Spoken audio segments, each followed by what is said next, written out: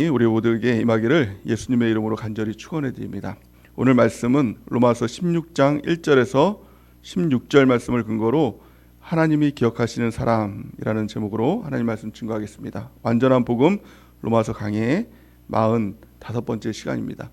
먼저 광고 드릴 것은 지난주부터 토요일 날도 이제 새벽 예배를 드리기 시작했습니다. 또 많은 인원들이 와서 예배를 드렸다고 이야기를 들었습니다.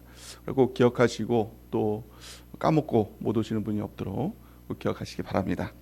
오늘 말씀을 통해서 우리가 이제 로마서 16장 이제 말씀 마지막 장이죠. 열심히 달려왔습니다. 로마서 마지막 이제 16장을 통해서 바울이 무엇을 우리에게 강조하고 있는지 또 무엇을 당부하고 있는지 우리가 좀 살펴보기를 원합니다. 로마서 마지막 장의 16장 말씀은 이 사도 바울이 성도들에게 인사하는 내용입니다. 인사를 할 때 어떤 내용을 가지고 인사를 하느냐면 이 로마 교회에 있는 성도들에 대해서 이들에게 문안하라 이렇게 이야기를 하고 있는데 총 26명의 성도들에 대해서 언급을 하고 있습니다. 참 처음 보는 이제 이름들이 굉장히 많이 나오죠. 그래서 이 16장을 읽으면 굉장히 이제 긴장을 하고 읽습니다. 이렇게 제 익숙하지 않는 이름이기 때문에 꼭 이렇게 실수를 하게 되는 이제 이름도 다 어렵습니다. 처음 성경에서 처음 나온 이름들이 굉장히 많이 나오죠. 근데 왜 바울은 굳이 이 마지막 당부를 하면서 마지막 인사를 하면은 뭔가 좀 굉장히 중요한 거를 이렇게 이야기를 하지 않습니까?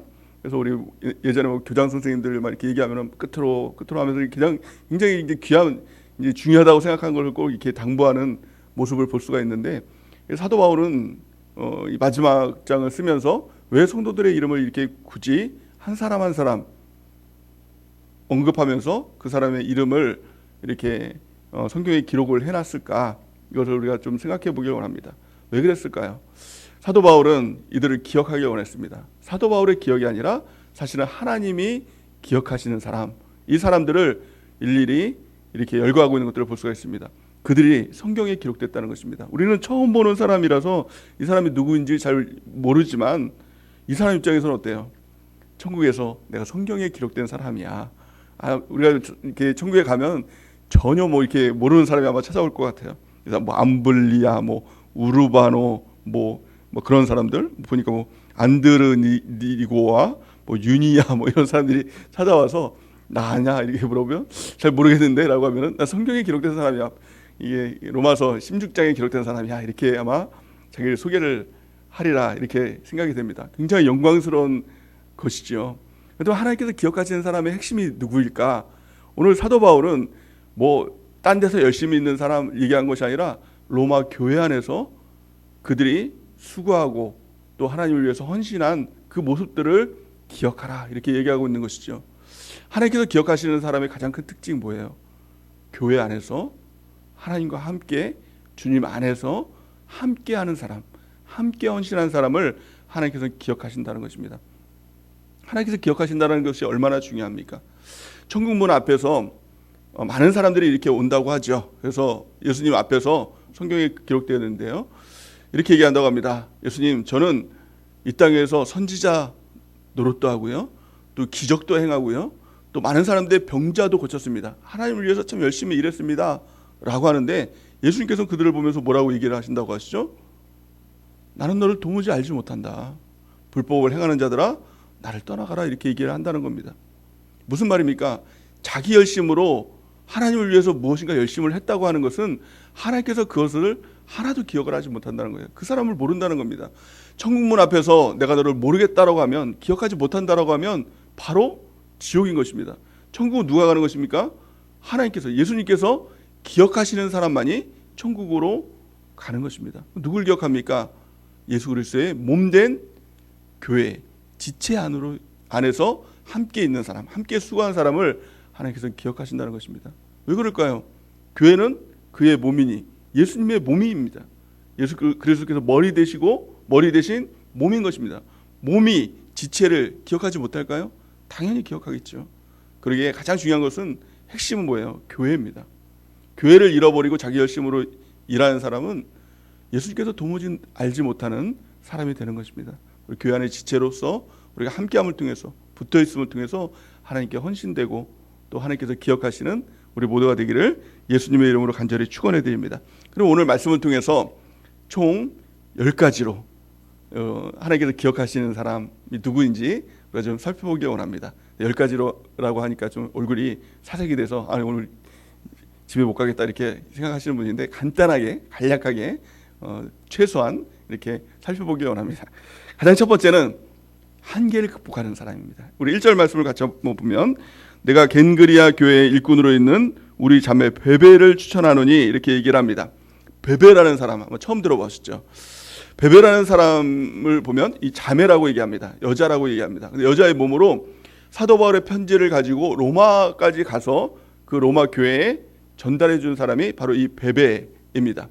근데 이 베베가 혼자의 몸으로 사막도 건너고 또 혼자 배를 타고 또 그 죽음의 위협을 무릅쓰고 로마 교회에 가서 편지를 전해줬다는 것이죠. 근데 이 당시 때 여자라고 하면 아마 아시는 분들은 다 알겠지만 지금으로 보면 큰일 날 일이죠.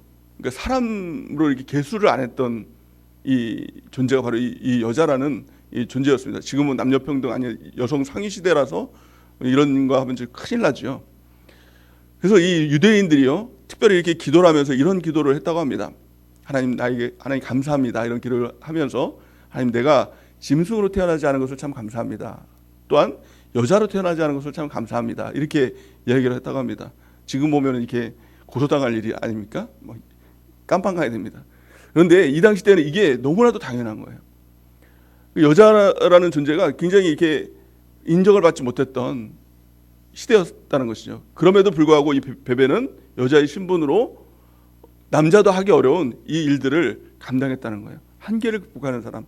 지금도 마찬가지입니다. 교회 안에서도 한계 가운데 있는 사람들이 많죠. 남자라는 한계, 또 여자라는 한계, 또 어떤 경제적인 어떤 한계도 있을 수 있고요. 또 건강에 한계가 있을 수 있습니다. 또 성격에 한계가 있을 수 있습니다. 여러 가지 한계가 있을 수 있죠. 또 나이가 많다라는 한계, 또 나이가 너무 어리다라는 한계, 여러 가지 한계가 있을 수도 있습니다. 근데 하나님께서 기억하시는 사람은 이 모든 한계를 뛰어넘고 하나님 앞에 헌신된 사람, 교회를 위해서, 주님을 위해서, 또 영적 리더를 향해서 그 일들을 내가 감당하고 그 짐을 짊어지는 그 사람을 하나님께서 기억하신다라는 것을 우리가 볼 수 있는 것입니다.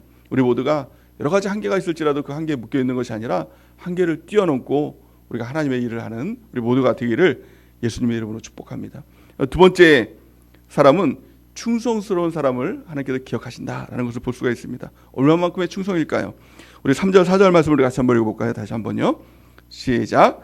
너희는 그리스도 예수 안에서 나의 동역자들인 브리스가와 아굴라에게 문안하라. 그들은 내 목숨을 위하여 자기들의 목까지도 내놓았나니 나뿐 아니라 이방인의 모든 교회도 그들에게 감사하느니라. 아멘. 브리스가와 아굴라라는 이 부부이죠. 그들은 사도 바울이 어디를 가든지 사도 바울 옆에서 동역하면서 또 그를 도왔던 사람이 바로 브리스가와 아굴라입니다. 근데 이들의 모습들을 보면 참 충성스러운 사람이죠. 교회에 충성하고 하나님께 충성하고 또 누구에게 충성했습니까? 하나님께서 세우신 영적 리더에게 충성한 사람, 이 사람이 바로 브리스가와 아굴라입니다. 우리 모두 브리스가와 아굴라 같은 충성스러운 사람이 되는 은혜가 있기를 바랍니다. 그들은 어느 만큼 충성을 했느냐? 4절 보니까 그들은 내 목숨을 위해서, 바울의 목숨을 위해서 자기 목까지도 내놓을 만큼 충성스러운 동역자였다는 것입니다. 동역한다는 것은 단지 그를 서포트하고 도와주는 그런 의미를 넘어서 내 목숨을 그에게 준다라는 의미의 동역입니다. 이것이 바로 충성이죠. 우리도 이 충성스러운 모습을 가지고 있을 때 우리 하나님께서 우리를 기억해 주시는 놀라운 귀한 축복이 있게 될 줄을 믿습니다.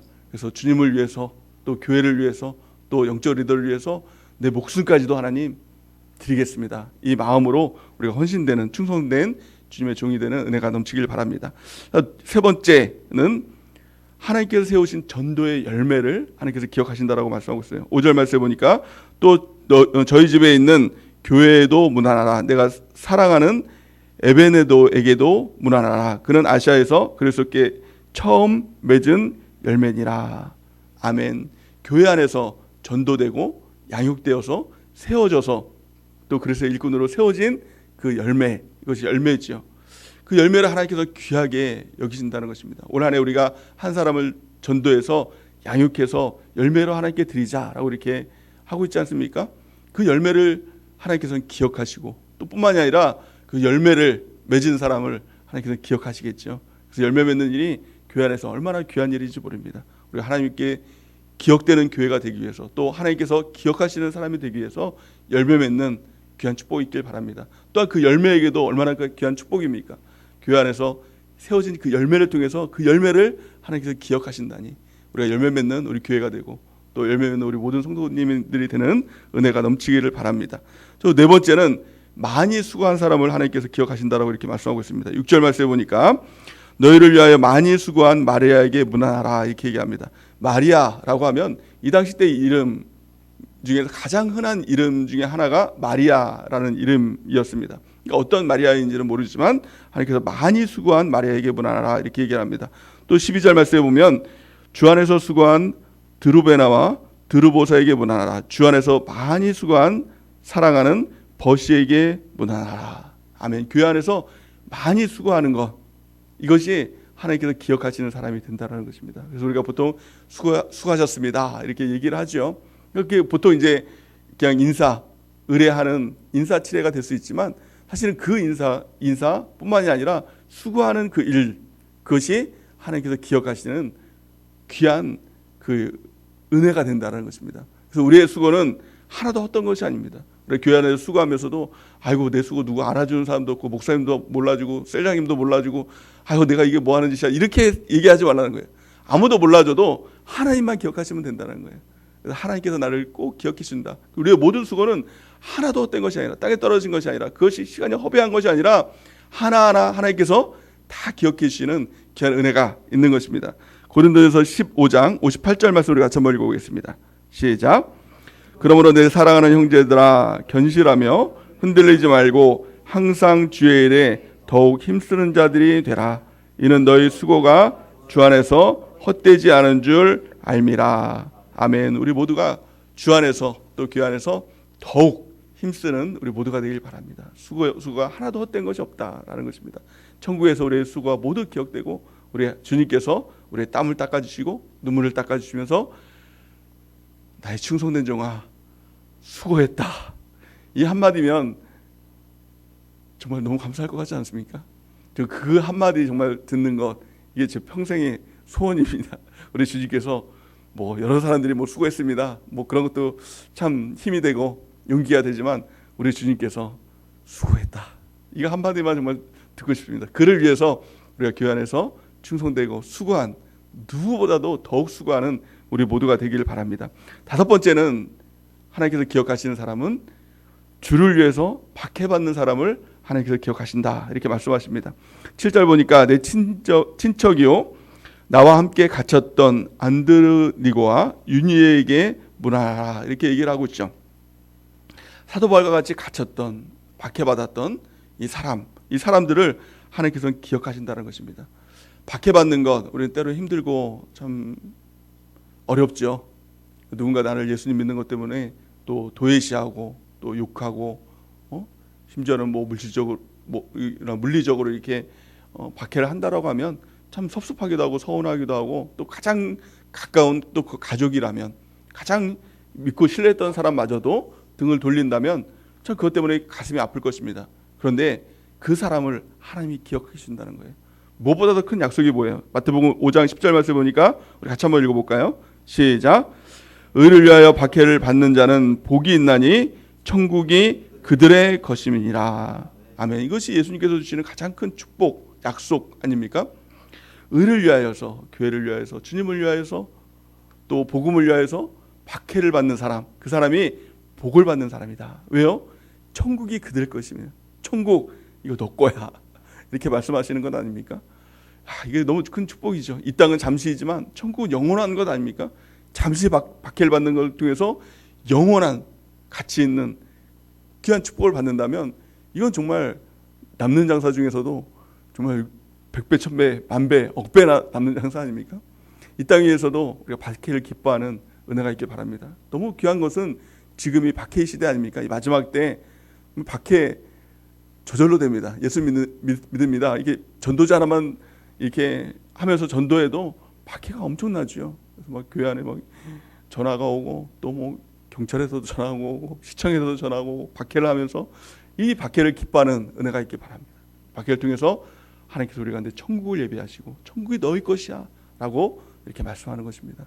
여러 가지 누가 예수 믿는 것 때문에 우리를 박해한다면 우리가 그 박해를 더욱 기뻐하면서 무엇보다도 복음 증거하는 우리 모두가 되길 바랍니다. 복음 증거하는 것만큼 박해를 쉽게 받는 일은 없습니다. 이것이 가장 복인 것을 알고 우리가 이 땅을 살아가는 은혜가 있길 바랍니다. 또 여섯 번째는 사도 바울이 열거한 사람들의 특징을 보니까 노예를 열거하고 있어요. 8절 9절 말씀을 보면 또 주 안에서 내 사랑하는 암블리아에게 문안하라. 그리스도 안에서 우리의 동역자인 우르바노와 나의 사랑하는 스다고에게 문안하라. 이렇게 얘기를 하고 있는데 이 사람들은 다 노예의 신분을 가지고 있었던 사람입니다. 하나님께서 기억하신 사람이 누구일까요? 그 사람은 교회 안에서 불쌍히 여기는 사람. 그 사회적인 지위가 낮거나 또 여러 가지 일들을 통해서 불쌍히 여기고 낮은 지위에 있는 사람을 하나님께서 그 사람들을 기억하신다는 것입니다. 그래서 성경에 보면은 성경 전체적인 내용을 보면은 하나님께서 기억하시는 사람들의 특징을 보면 고아 또 이 뭡니까 과부 이런 사람들을 기억하고 이 사람들을 하나님께서는 특별하게 대하시는 것들을 볼 수가 있습니다. 우리 교회 안에서 때로는 또 사회적으로 우리 낮은 지위에 있거나 또 여러 가지 또 이렇게 불쌍히 여김을 받는 그런 사람들을 우리 하나님께서는 존중해 주시고 높여 주시고 귀하게 여겨 주시고 또 기억해 주신다. 이것을 우리가 깨닫는 은혜가 있기를 바랍니다. 이것이 교회의 능력입니다. 교회와 다른 사회 단체와 구별되는 것, 그 특징이 바로 이것이라는 것입니다. 또 일곱 번째 보니까 그리스도 안에서 인정받는 사람을 하나님께서 기억하신다라는 것을 볼 수가 있습니다. 10절 말씀에 보니까 그리스도 안에서 인정함을 받은 아벨레에게 문안하라. 또 아리스도블로의 권석에게 문안하라. 이렇게 이야기를 하고 있습니다. 그리스도 안에서 인정함을 받은 사람 특징이 뭘까요? 연단받은 사람입니다. 오래 연단받은 사람. 이 사람이 바로 그리스도 안에서 인정받은 사람입니다. 교회 안에서 오래 있다고 해서 그냥 종교생활, 교회생활 오래 한다고 해서 그 신앙이 자라나는 것은 아닙니다. 그 연조가 그 사람을 연단하는 것은 아니죠. 하지만 교회 안에서 오랜 연단을 받는 것입니다. 말씀을 통해서 또 때로는 책망을 통해서 또 여러 가지 일들을 통해서 연단하고 깎아지고 또 세워진 사람, 그게 둥글둥글 모난 돌에서 둥글둥글 연단된 사람, 그 사람을 하나님께서는 기억하신다는 것입니다. 연단됐을 때 가장 큰 특징이 뭘까요? 가장 큰 특징은요, 순종입니다. 대표적인 사람이 아브라함이죠. 아브라함은 75세에 하나님께 부르심을 받고 나서 25년간 100세가 될 때까지 끊임없이 연단을 받지 않습니까? 그리고 나서 마침내 이삭 아들을, 약속된 아들을 이제 100세가 돼서 얻게 됩니다. 근데 하나님께서 그를 시험하시죠. 어느 날 갑자기 그 독자 이삭을 나에게 바치라 라는 시험을 했을 때 아브라함은 그 많은 연단을 통해서 순종하는 사람이 됐습니다. 어떻게 순종합니까? 즉각 순종하죠. 바로 새벽에 일어나서 그 아들을 모리아산에서 바치기 위해서 갑니다. 즉각 순종, 절대 순종, 그 모습이 바로 연단된 모습입니다. 우리가 하나님께 연단되어서 이 모습들 가운데 나가는 은혜가 있길 바랍니다. 그래서 우리가 인정받은 사람의 특징은 사람에게 또 내 스스로가 이 정도면 됐지, 내가 내 자신을 칭찬하는 사람이 이게 하나님께 인정받는 사람이 아니라 하나님이 나를 인정하는 사람이 진정으로 인정받는 사람입니다. 성경에 보니까 이렇게 말씀하고 있습니다. 고린도후서 10장 18절 우리 같이 한번 읽어보겠습니다. 시작. 옳다 인정함을 받는 자는 자기를 칭찬하는 자가 아니요 오직 주께서 칭찬하는 자니라. 아멘. 하나님께서 아브라함을 칭찬할 때 뭐라고 칭찬했을까요? 그 독자 이삭을 바치려고 할 때 멈추라고 얘기하고 뭐라고 얘기하냐면 내가 이제야 나를 경외하는 줄 알겠다라는 겁니다. 하나님의 가장 큰 칭찬이 뭘까요? 그래서 저는 이제야예요. 너가 나를 이제야 사랑하는 줄 알겠다. 우리가 절대 순종, 즉각 순종의 모습으로 주님 앞에 나갈 때 하나님께서 이제야 너가 나를 경외하는 줄 알겠다. 이런 칭찬하는 것입니다. 그것이 바로 인정받는 것입니다. 우리 모두가 이런 인정받기 위하여서 하나님 앞에 연단되고 또 훈련되고 절대 순종 또 즉각 순종의 모습으로 나가는 은혜가 있길 바랍니다. 또 어느 날 우리 주님께서 아브라함을 시험하셨듯이 이런 시험이 우리 가운데 올 때가 있지요. 그럴 때 우리가 이 순종의 모습으로 나갈 때 우리 주님께서 이제야라는 그 칭호를 받는 귀한 축복이 있기를 바랍니다.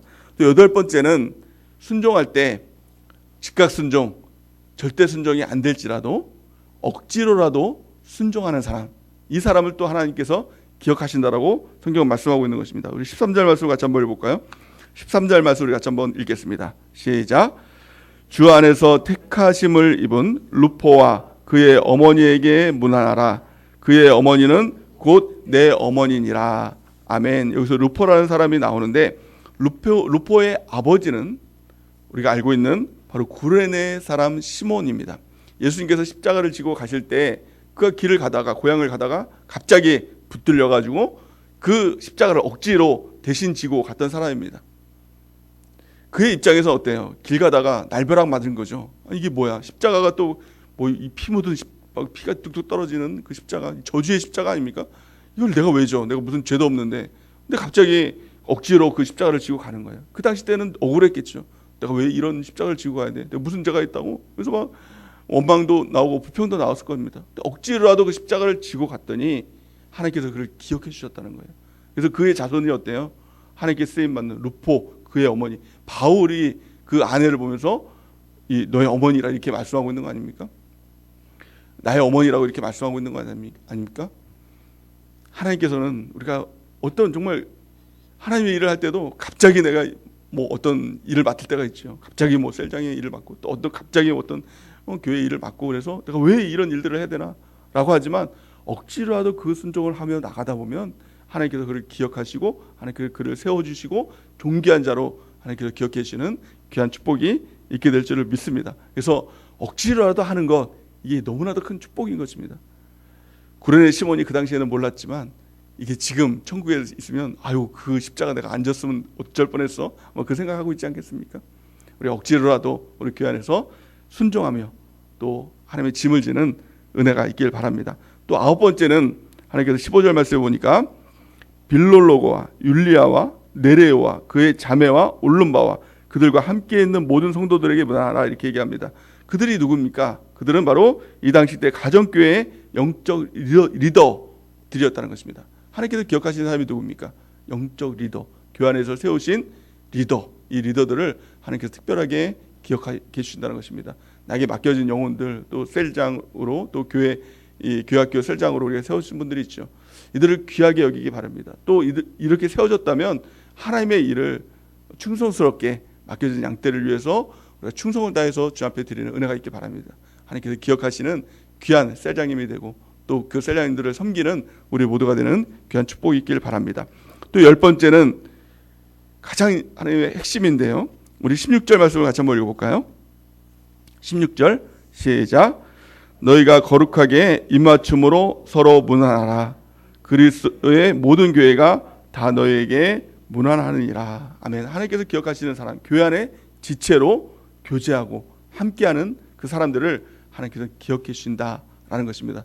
여기 볼 때 거룩하게 입맞춤으로 서로 문안하라라는 것이 무엇입니까? 혼자 있지 말고 함께 있음을 통해서 서로 세워주고 격려하고 교제를 통해서 함께 있으라라는 것을 강조하고 있는 것입니다. 오늘 26장 말씀에 보면은 가장 눈에 띄는 이 단어가 바로 이 단어입니다. 주 안에서, 그리스도 안에서, 예수 안에서라는 단어가 무려 9번이나 나오고 있습니다. 교회 안에 있는 것은, 교회 안에서 교제하는 것은 다 주님 안에서, 그리스도 안에서, 또 예수 안에서 우리가 교제하는 것. 그것이 바로 핵심인 것입니다. 그 사람, 주님 안에 있으니 주님께서 기억하지 못할 일이 없는 것이죠. 성경에 보니까 너희가 두세 사람이 내 이름으로 모인 곳에 나도 그들 중에 있느니라 이렇게 말씀하고 있는 것입니다. 혼자 있는 가운데 우리 주님께서 오시는 것이 아니라 두세 사람이 주님의 이름으로 모여서 교제하고 예배하고 함께 있는 그 가운데 우리 주님께서 함께 하여 주셔서 함께 교제하는 공동체가 되는 것입니다. 우리 카페 이름이 무엇이죠? 코이노니아이죠. 이 뜻이 바로 교제라는 뜻을 가지고 있어요. 이 교제는 인간적인 교제, 뭐 사람끼리 만나는 교제가 아니라 성령과 함께하는 교제입니다.